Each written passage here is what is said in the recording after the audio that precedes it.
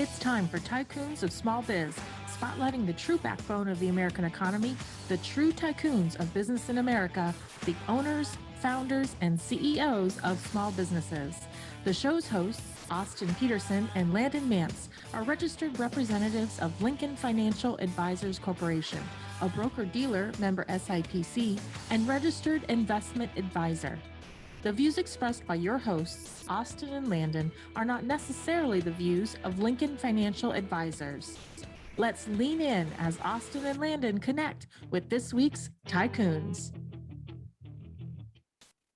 Good afternoon, Tycoons, and welcome to today's episode of Tycoons of Small Biz. I'm your host, Austin Peterson, joined as always by my co-host, Landon Mance. And if today is the first time that you're listening to Tycoons of Small Biz, let me just explain real quick what we do and why we do it. Tycoons of Small Biz is a radio show and podcast that's put together for small business owners, privately held business owners throughout the country, as well as nonprofit organizations. The show is here to prop those organizations up, get the word out about them, and make sure that we as Americans support them because they truly are the backbone of the American economy.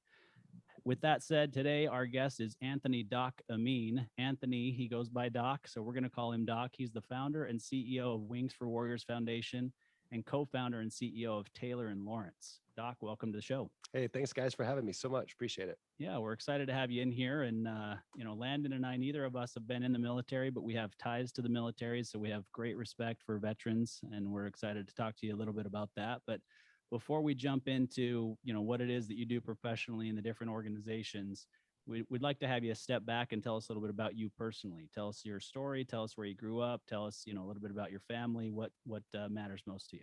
Absolutely. Again, thanks for having me. So I grew up here in Phoenix. My family moved from San Antonio in 1991. My wife's family moved from Seattle, Washington in 91. So I've known her a long time. I haven't been with her that long.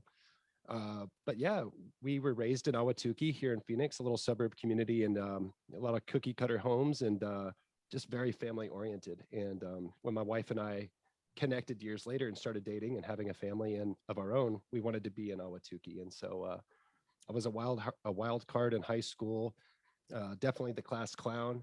And I want to say I was the ladies' man. We can ask my wife later. But yeah, it was just kind of, I was the wild card and didn't really know where I was going to go. I don't think my teachers or friends or other students, in school knew where I was going to go. But here I am, and I'm here to tell my story. Thanks for having me.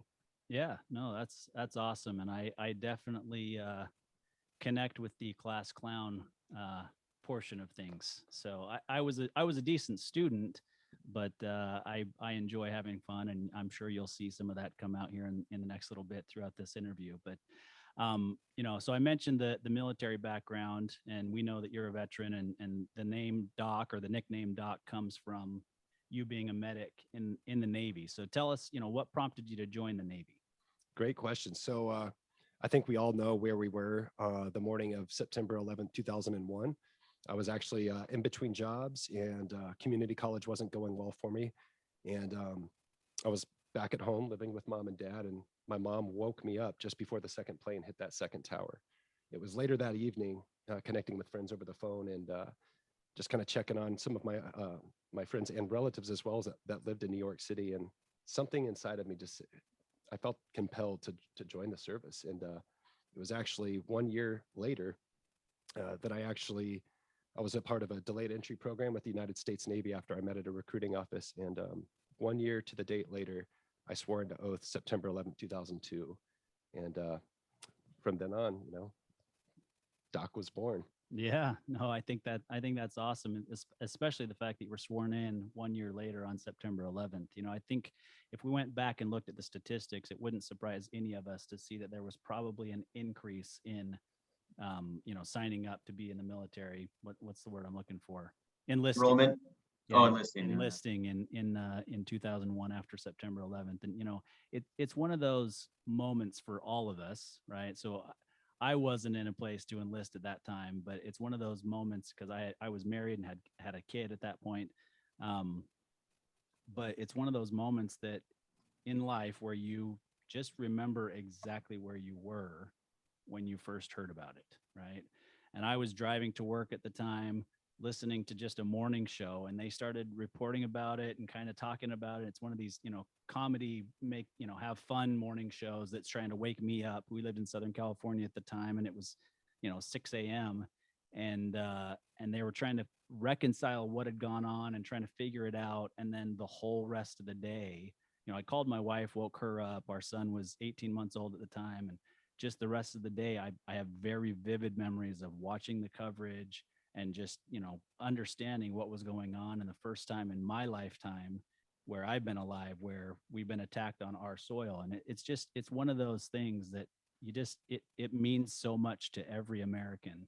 And the fact that you enlisted and got involved, your own way at that point, hats off to you. Well, thank you. And I just remember how eerily quiet the nation was on or around that time. It's just so quiet. And an observation I think that all of us made too was that we really came together as a country. I mean, it stinks or sucks, whatever I can say. I said this is both. Internet radio. You can say whatever you want. I said them both, but it stinks and sucks combined that it took something like that to get our country together. But it was really just an interesting time to be an American. There's no doubt. Yeah. And not to get political in any way, but I think 20 years later now, to kind of look back and think, gosh, we came together so closely then, and kind of where the country is today, where there's so much divisiveness and, everybody's on one side or the other. There is kind of almost no middle now. I think is difficult, especially for somebody who went out and served this country after we were attacked that way. I couldn't agree more. And I think a lot of the veteran community, quietly, because you don't want to make anyone upset anymore, right? You have to be politically correct. But I think a lot of veterans are biting their tongue and unfortunately being silent about the way they actually feel. But there are some solid veteran connections that I've made over the years, and just close friends, contacts that I've kept over the years. And we're brokenhearted about it, to be honest. Yeah. Yeah, I think it's probably difficult to. I know it's difficult to watch for me, and I'm sure it's more difficult to watch for somebody who's served. And I have a brother that's a year younger than me. Literally, he's 12 months and 12 days younger than me. And he was a Marine, and he had a medical discharge, and so he was never deployed, never served overseas. But his license plate says E1 forever, right? Because that was his whatever it's called, His rank. Yeah, his rank, or I feel like there's like a level of pay or whatever that's tied to that E1 or whatever. But yeah, the license plate on his truck says E1 forever. And once a Marine, always a Marine. He's definitely that for life, even though he unfortunately had to be medically discharged. Well, Landon, let's talk to him a little bit about why he chose to be a medic. Yeah, actually, Doc, I wanted just to kind of this can be a rhetorical question, but I just was thinking about it as you were sharing with us what motivated you to join. And I just am curious what your thoughts are. I think during that time, there was a lot of young men and women, around that age that you might consider, enlisting in the armed services, that had similar thoughts to you, right? Because we were mad, we were angry, we were scared, we were whatever we were experiencing. But what do you think the difference is between people like me and Austin, maybe that felt that, and people like you that felt that and actually, took action and joined and committed to doing that? I mean, what do you think the difference is with people like us? That's a great question. What came to mind when you were asking the question, I kind of saw it unraveling slowly, and the light bulb in my head went off was, I needed direction in my life. I needed guidance, discipline, direction. I needed my head on a swivel, and I didn't have any of that. I was all over the place. And I think because I was the wild card, kind of just, how do I explain this? I was going every which way because I didn't know which way to go. And I think that I was hanging with a crowd that was fun to be around, right? But fun doesn't get fun doesn't pay the bills. I was partying. I was dabbling in drugs and alcohol at an early age, misdemeanors, and that's just my story, and I own it. And in order to grow as a young man into a man, I had to make a decision for myself. And I think what helped prompt that was the attacks on our American soil. I was raised by an amazing, my parents are both amazing. They're from Texas, they're conservatives, and that's how I was raised. There's a song that comes to mind. It was talking about a Bible and a belt, and the Bible obviously was King James, and the belt had the name of his daddy on it. But that just reminds me of how I was raised, right? And then when we moved to Phoenix, Arizona, the wild card that I was, I wasn't going the right way. And I think that what helped prompt me that in the right direction was joining the armed services. Yeah, very cool. Well, whatever the case may be, we thank you for your service. And my wife and I've got 1-year-old twins. They just turned 1, and a stepson who's 18 as well. He's living with his dad currently, but we pray for you guys every single night, and just thank you guys for what you do. Thank you. So tell us, Doc. I'm sorry. Oh, I just say congratulations on the little. Oh yeah, thanks. Hey, Doc, so you were a medic, right, in the Navy. Can you talk to us just a little bit about how that came about and kind of what your experience was, during your time when you were enlisted? Sure. And another light bulb that went off as your previous question was kind of unraveling was that what sparked me to become a medic or a hospital corpsman. I wasn't actually fighting for my country the way you kind of put it. And for the first 2 years, I was actually a deck seaman. So I was on the boat, fixing the boat. When you go into port, you throw the ropes over to the side, and you tie the hull of the ship to the side of the port. And when they say haze gray underway, haze gray is the color of the paint that they paint the hull of the ship.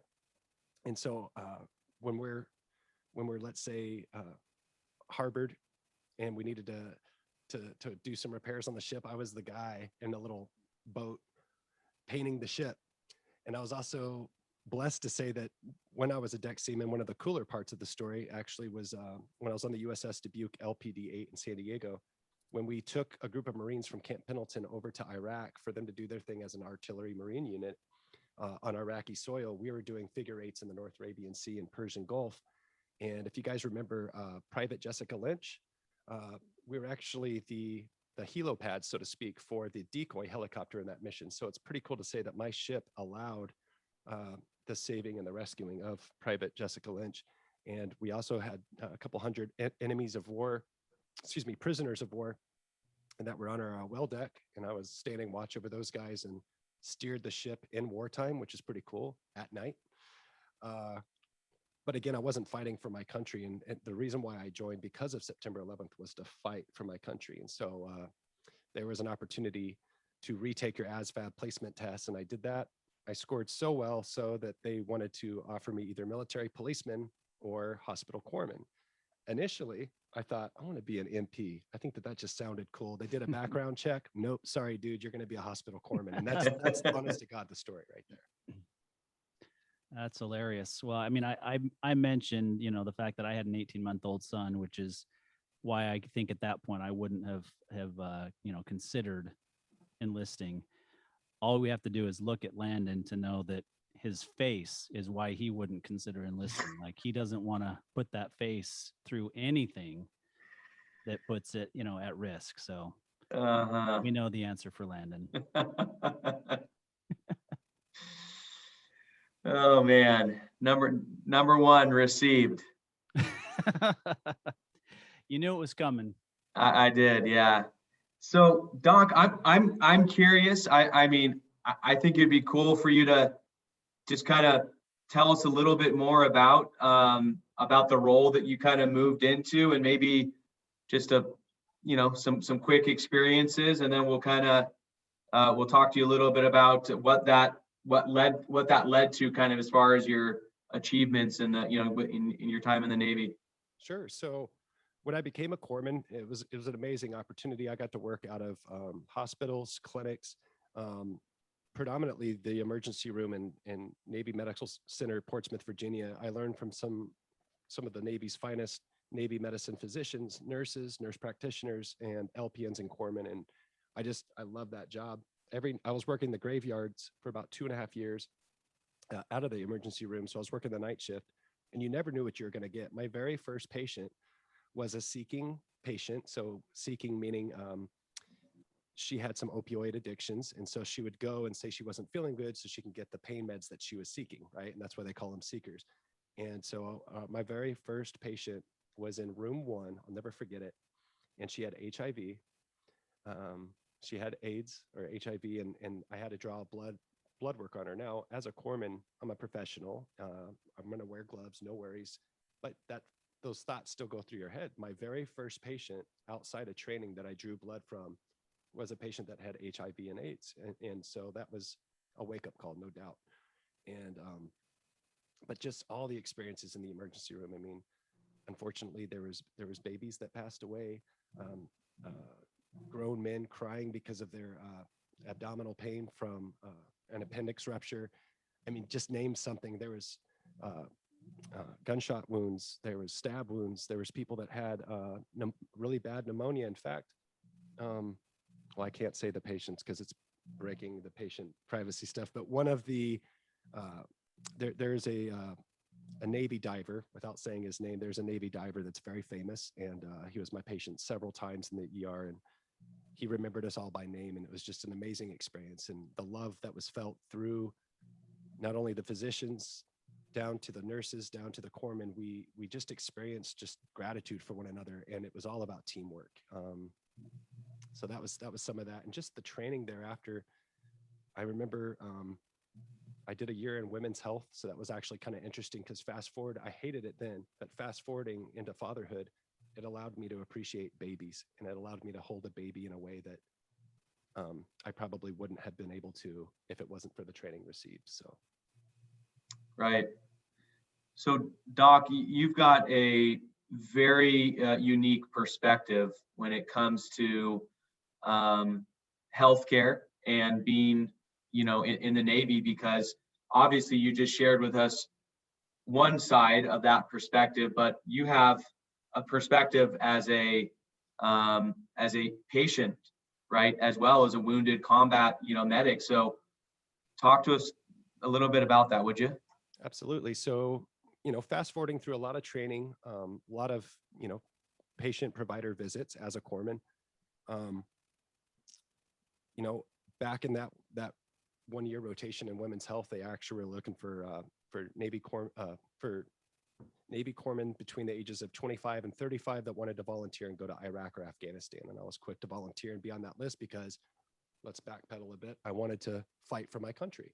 And so this was giving me the opportunity to be a corpsman for a Marine unit on the battlefield and actually fight for my country. And so I signed up, and that's what I ended up becoming, was a Fleet Marine Force, FMF, Navy corpsman, and ended up deploying with 2nd Battalion, 7th Marines, 1st Marine Division. They were deploying out to Afghanistan to fight the Taliban back in 2008. So April of 2008, we pushed out to Kandahar.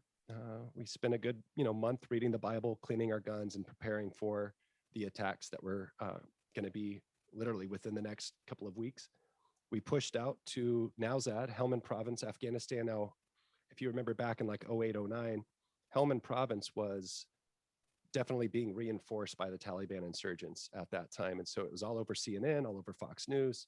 And that's where I was being deployed. Now, what's interesting is July 21st, 2008, just to get back to your point, was my job was to just patch guys up. My job, sure, I had a rifle, a machine gun, sure, I had a knife, a bayonet if I needed to fix it. But my job was solely to render medical attention to wounded Marines, sailors. And if they got shot, shrapnel, blown up, I was their doc. My job was to run across the battlefield and give them the medical treatment that they deserved and required. And so July 21st, 2008, and this is my story, I own it. We were going against the Taliban, and there was stuff happening all around us that morning. And the Air Force or Marines, they were going to be dropping a 500-pound bomb. And when they did on the insurgents, that ripple effect, that shockwave went right past us. Edwin Daniel he was another hospital corpsman that went through a lot of training with me. He was across the battlefield, and he needed a Polis litter. One of our Marines sat on an IED, wasn't doing well, wasn't expected to live, but our job was to keep him alive long enough for the Casevac to pick him up so that they can medically treat him the way that they could off of the battlefield, because they have the resources that we didn't, because you're very limited on the battlefield with resources. With that being said, I was one out of like 100 guys that had a Polis litter in my medical bag.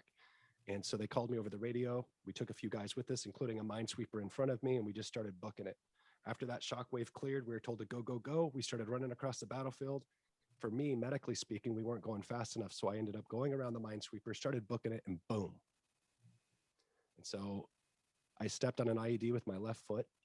The blast went kind of up and to the right, nearly took my right leg. My right leg was a wet noodle between the ankle and the kneecap.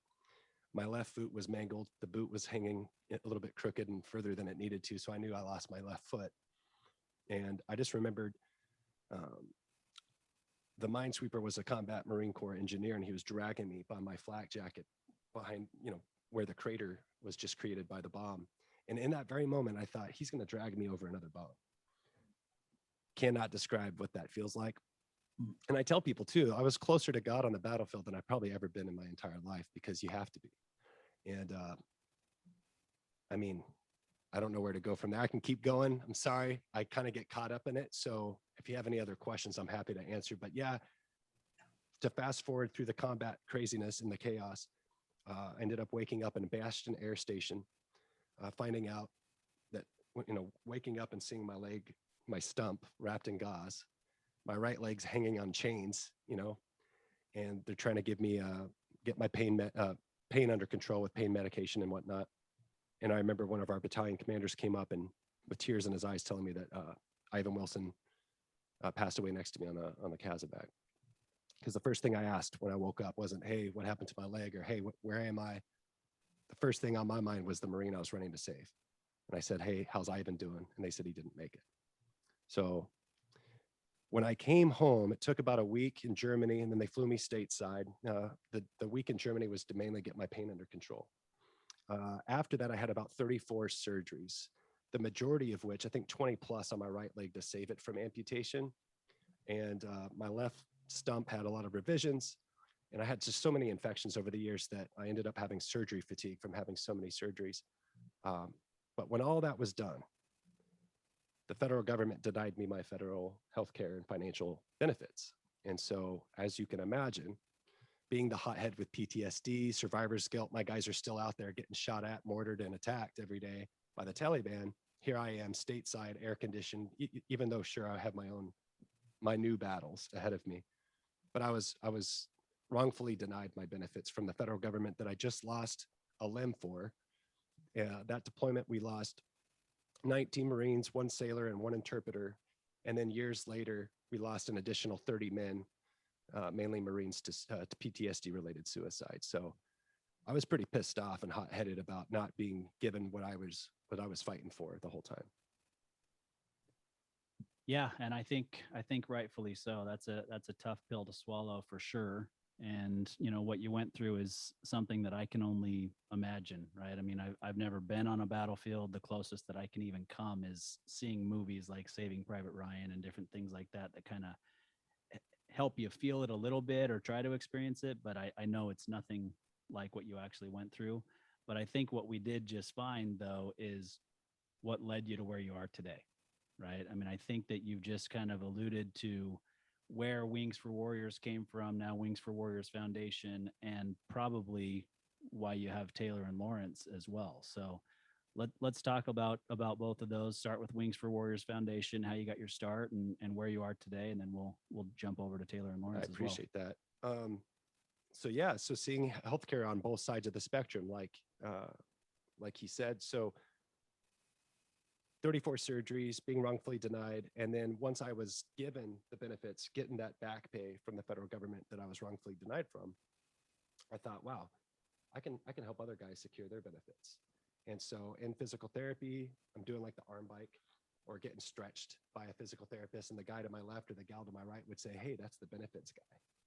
And so at that point, when you're being labeled a nickname like the benefits guy from other wounded warriors, other disabled veterans from combat, that there was something there, and it kind of sparked a fire within. So I ended up founding Wings for Warriors, a nonprofit organization that was serving the wounded and disabled community for 8 years strong, basically providing benefits counseling and resources so that they don't get wrongfully denied themselves.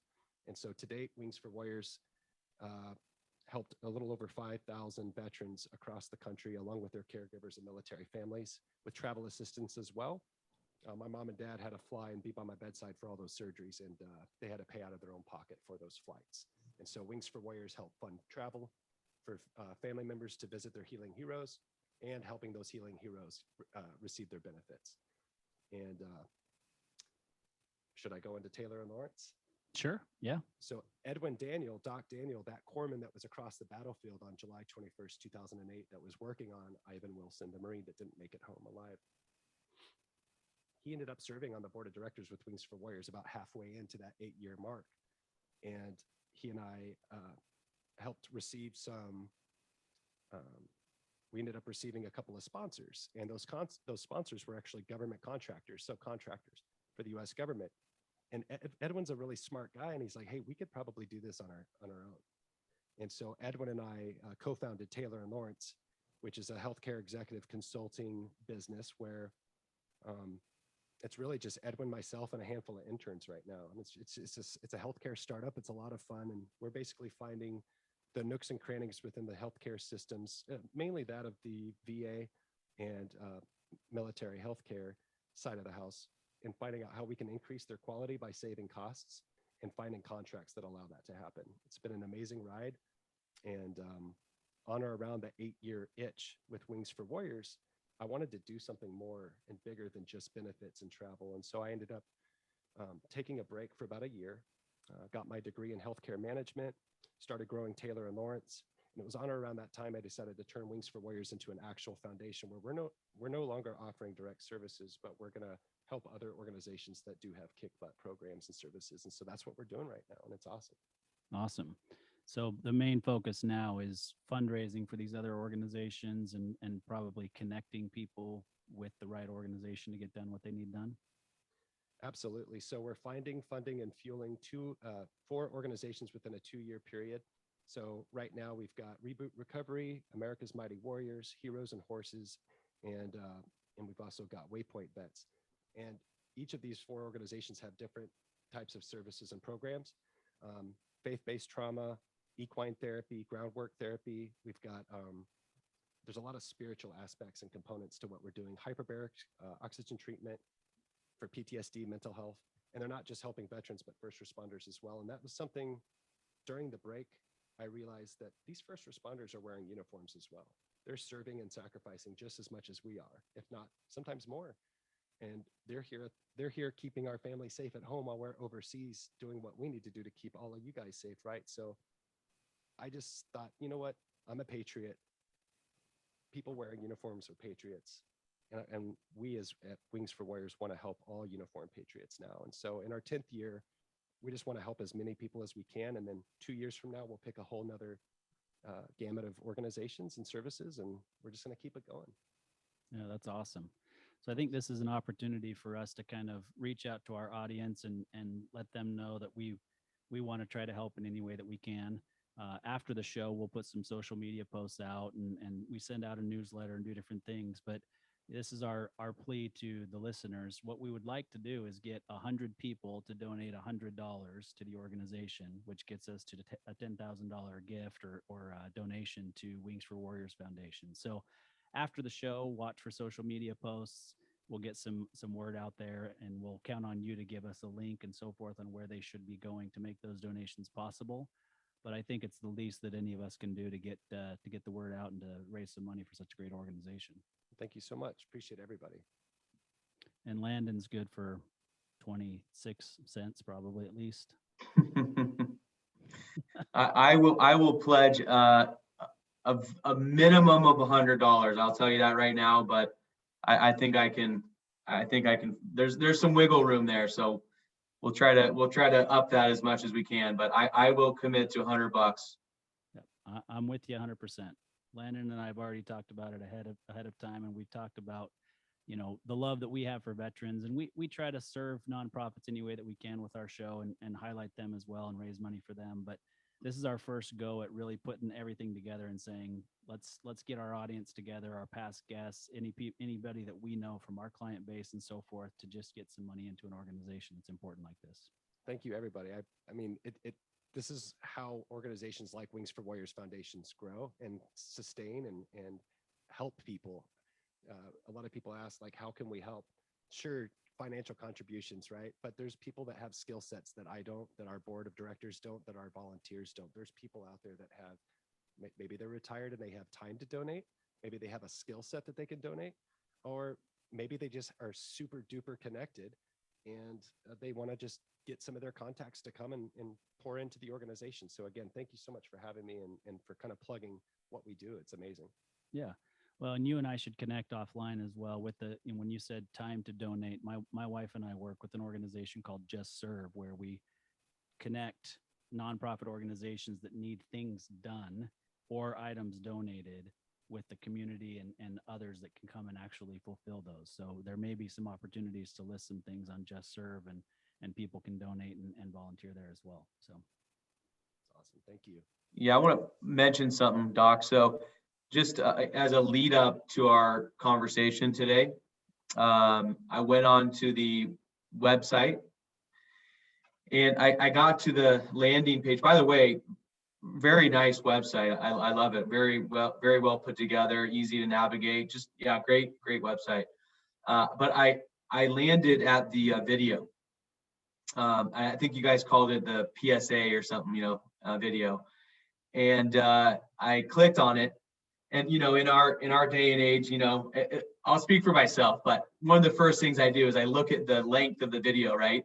To kind of just get a feel for how long, I'm going to listen or something. So I pull up the video, look at the length of it. I think it was 16 minutes, and said, oh, well, I'll just, let me just watch it for a minute or two. And at least I can share with Doc that I watched the video and get a flavor for what you guys are all about. I think I watched it for probably 14 or 15 minutes. I got through all 4 of the foundation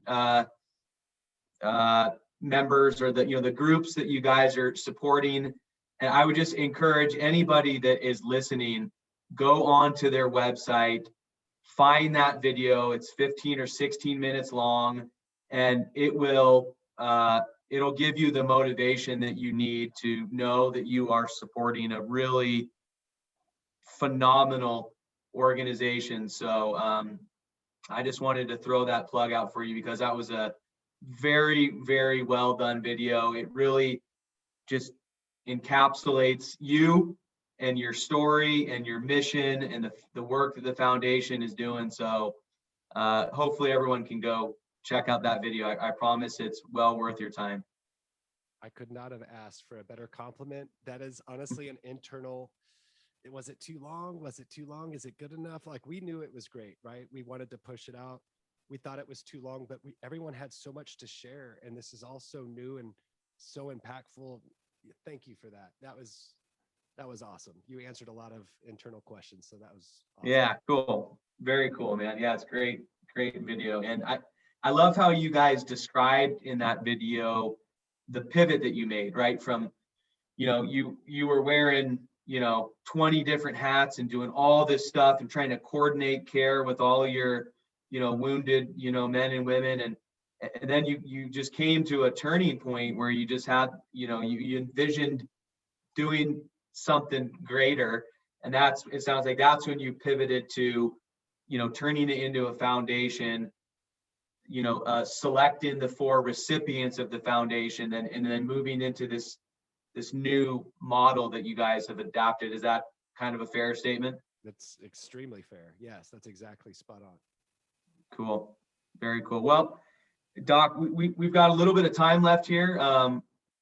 Let's spend a couple minutes and just kind of tell us about what's what's on the horizon for Doc and your family? What's on the horizon for the, your foundation, and what's on the horizon for your consulting company? Again, thanks guys. This is fun. I get to flex my muscles and kind of, share stuff. I would say let's start with family. So I get to brag about my family this year. I have so Madeline's our 14-year-old. She's high school. Lacey is, she's an amazing competitive dancer. Lacey's 13. She's in middle school. Our 7-year-old Vivian, she's a dancer as well, competitive dancer. She's in elementary school, and our son Vance is 4, almost 5, and he's about to start kindergarten. So it's just amazing. My wife is beautiful, gorgeous, and we're better now than we've ever been before. And God has just blessed us immeasurably. It's hard as a family. It's just great. We attend Mountain Park Church in Ahwatukee. It's our home church. We love it's a very community-based church. It's small, but it's not too big. It's just right. And they have amazing programs. I've been a part of men's ministry there for about 6 or 7 years, and just some of the relationships with some of the other guys in the community that want to work on themselves, grow, and be better husbands, fathers, and community members. So the church is a big part of our life. Me personally, I've got a book coming out called Nonprofit Suck. Now, after that amazing plug that you just gave, I hope you guys understand suck is an acronym. There's 3 S's, 3 U's, 3 C's, and 3 K's. So Nonprofit Suck, a love letter to future founders. I want the future founders of the nonprofits of the world serving communities later in life that haven't been born yet or birthed yet, for those founders to read this book and realize what they can do right and what they can do wrong, learning from my mistakes and my successors, right? So it's really just a love letter to future founders, or really any nonprofit executives out there that are trying to grow their nonprofit, or they want to do something a certain way. There's really no right way or no wrong way, but there are mistakes that they can make, and I want them to learn from my mistakes. Not to say I made a whole bunch of them to make a book. There's a lot of amazing success as well, and so I want to give those little nuggets of wisdom to the future founders of the world through this book. I don't have the exact date yet, but it should be out this summer, and I'm super pumped for it. Consulting. So let's get back to Taylor and Lawrence. It's so new and it's such a startup that I don't know what direction it's going, but I can say that it's going up right now because the team is building. We're getting, the phones are ringing. A lot of people are finding us through, like, LinkedIn is a really great way for people to find us and network. And I think that our team of interns right now are really going to pave the way forward for the part-timers and the full-timers that are shortly to follow. So really excited about Taylor and Lawrence, the growth that's currently taken place. And I have nothing but love and gratitude for the current team of college interns. And these interns aren't just interns. They're not just students. They're on the dean's list, 4.0 grad students. These are awesome, amazing human beings, and they're taking Taylor and Lawrence to the next level. And then back to Wings for Warriors Foundation. Again, it's kind of new and fun as well. And with people like yourself, shows like this, and getting a lot of community love and support, we're just going to keep crushing away and helping the veterans and first responders that we aim to serve. Sounds like you got a lot going on, and you got double the amount of kids that I have. So I know you're busier than I am. Probably keeps me out of trouble. Yeah, no, I tell you, you talk about, you started talking about your kids, and, you start giving the names and the ages, and I'm thinking, girl,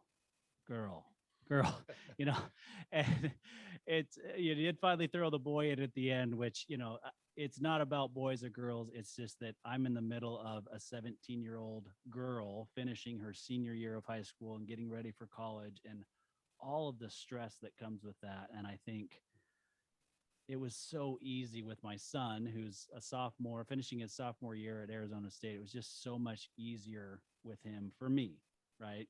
It might have been more difficult for my wife, but it was easier for me. And just, 3 girls in a row, I think you got your work cut out for you. Not to scare you off, but it gets harder before it gets easier. Now he's sweating. Look at this guy. He's sweating. He's worried about things. He came in here all happy-go-lucky, and now he's walking out the door sweating. Right. I said 17, so I've got Maddie's 14, so we've got 3 more years with her, 4 years with Lacey, and then an additional 7 with Vivian. So some of these great not all of these hairs are gray, but is that where they come from? Oh yeah. Girls. Yeah. I'm just glad to have somebody else on the show that doesn't have a full head of hair. I am outnumbered today, but it's all good. Well, Doc, we really appreciate the conversation. I think that we've covered some really important things. We know for sure that you've got a great foundation that our listeners should be supporting, that we want to support. We want to stay in touch with you as you continue to grow Taylor and Lawrence, and obviously be involved with Wings for Warriors as well. Is there anything else besides, and we want you to go, website, all those sorts of things, but anything besides the web address and how to get a hold of you that our audience you think should know? No, I mean, I'm on social media just like all of you, and I'm a human being just like all of you. So feel free to connect. I mean, that's what it's for. And there's, like LinkedIn and Facebook. I'm almost maxed out, but you can still follow me if you'd like to be a part of my little world. And I'm pretty active on Twitter as well. So yeah, I mean, just however the listeners want to connect with me, they're more than welcome to do so. Great. Yeah. So give us the website for Wings for Warriors and Taylor and Lawrence. So Wings for Warriors is wingsforwarriors.org. Taylor and Lawrence is taylorandlawrence.com. And if you want to learn a little bit more about me and the keynote speaking that I do on the side, it's anthonydocameen.com. Great. Thank you so much. We really appreciate the conversation. Look forward to watching your organizations flourish over the years to come. God bless all of you guys. Really appreciate today. Thanks a lot, Doc. Thank you.